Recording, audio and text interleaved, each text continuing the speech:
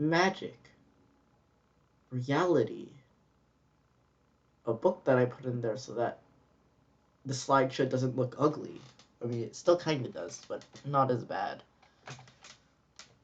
Table of contents. I believe these are in books, but I don't read enough to tell. The real world setting takes place in the real world, or more specifically in a realistic environment with normal events, and these events are in a realistic time frame from when the author wrote this book. So you don't see any dinosaurs, and you don't see levitating zombie robots with laser guns. Instead, in the last voyage of the ghost ship, the boy sees a boat sinking near the village.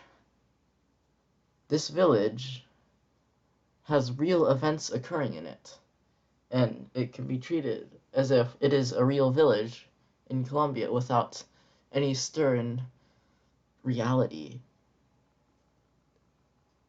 It features the Caribbean Sea, which is a real sea if you did Mr. E's geography test correctly, and it talks about elephants, which are real unless they're government tanks.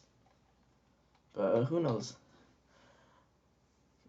In the movie Crouching Tiger, Hidden Dragon features the magical realism trait of supernatural powers, which also go into every other magical realism book.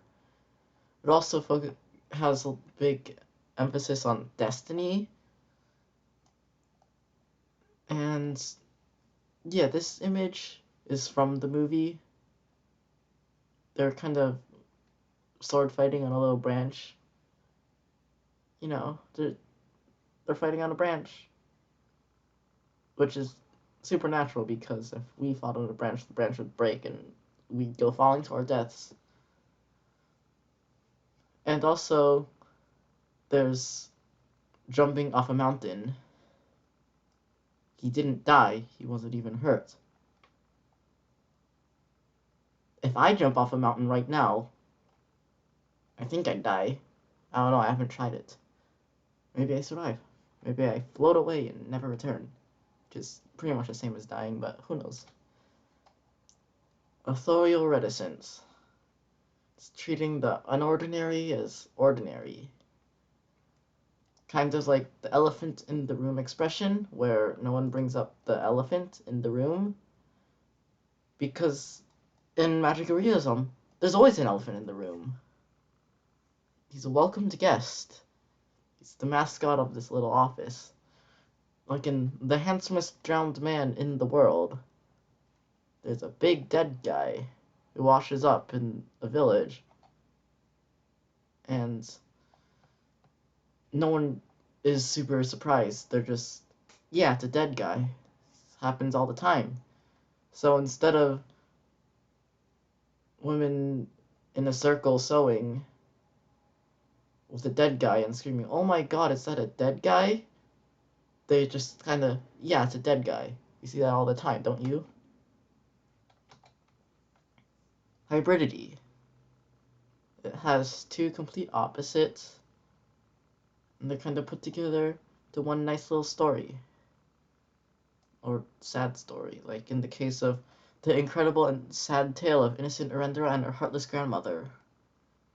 It has the grandmother and Arendra, even though this is not an accurate depiction of the grandmother, because if you grew to the grandmother in the book's size, I don't think they'd be living this long.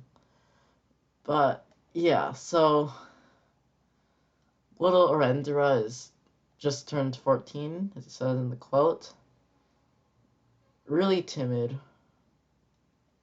Just says, "Yes, Grandma," instead of coming out with their own will.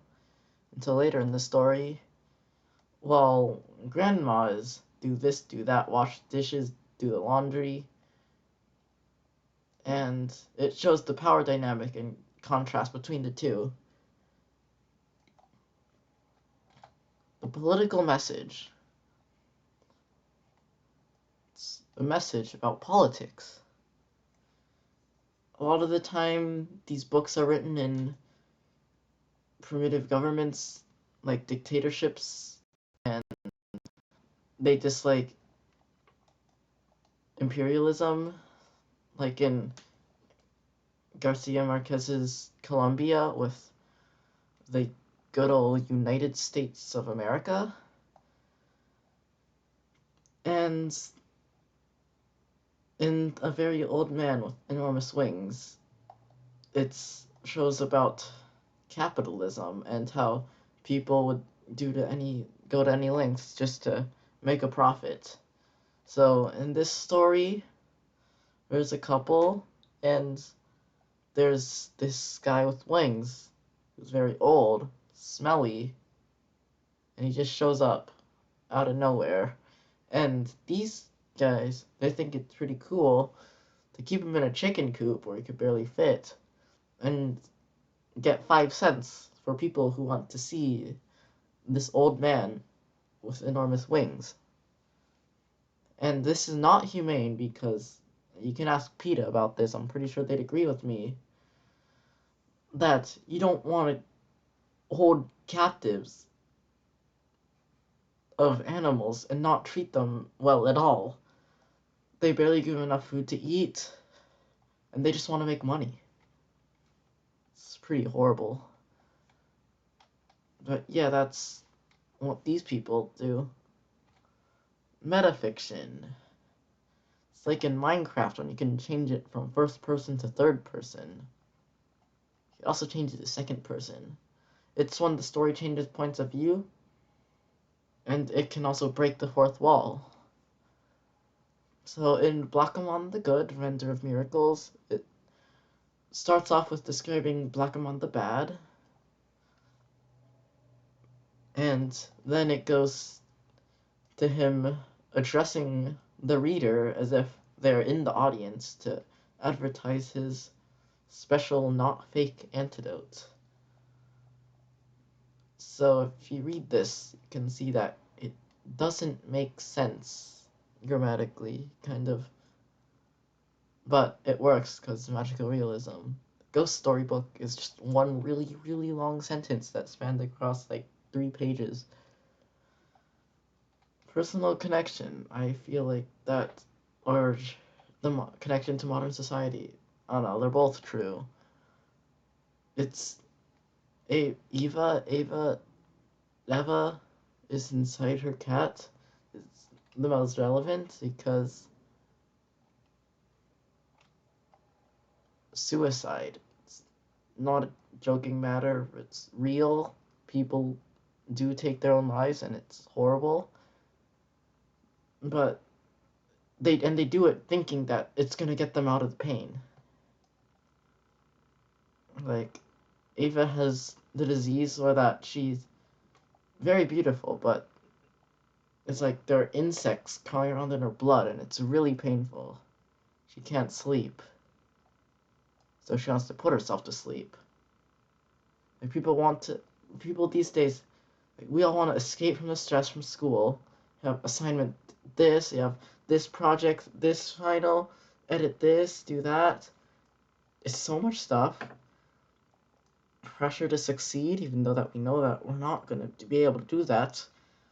And the pain, emotional pain of just knowing that the end result is going to result in failure and you can't do anything about that because nobody wants to listen to you.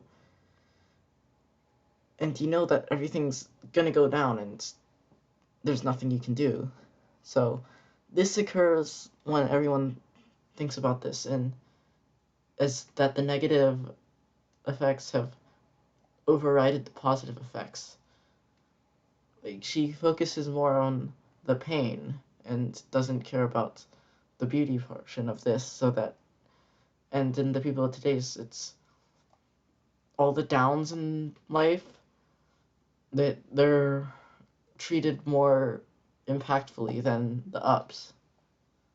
Like if someone wins the lottery and then they're, oh, that's cool, and then all of a sudden they get an English final, a history final, a math final, Spanish grade drops to B, and then, man, this sucks. And then bang, or yeah, it's awful. Yeah, these are sources. I don't know if you want me to read them out to you, or they're here. You can look at them.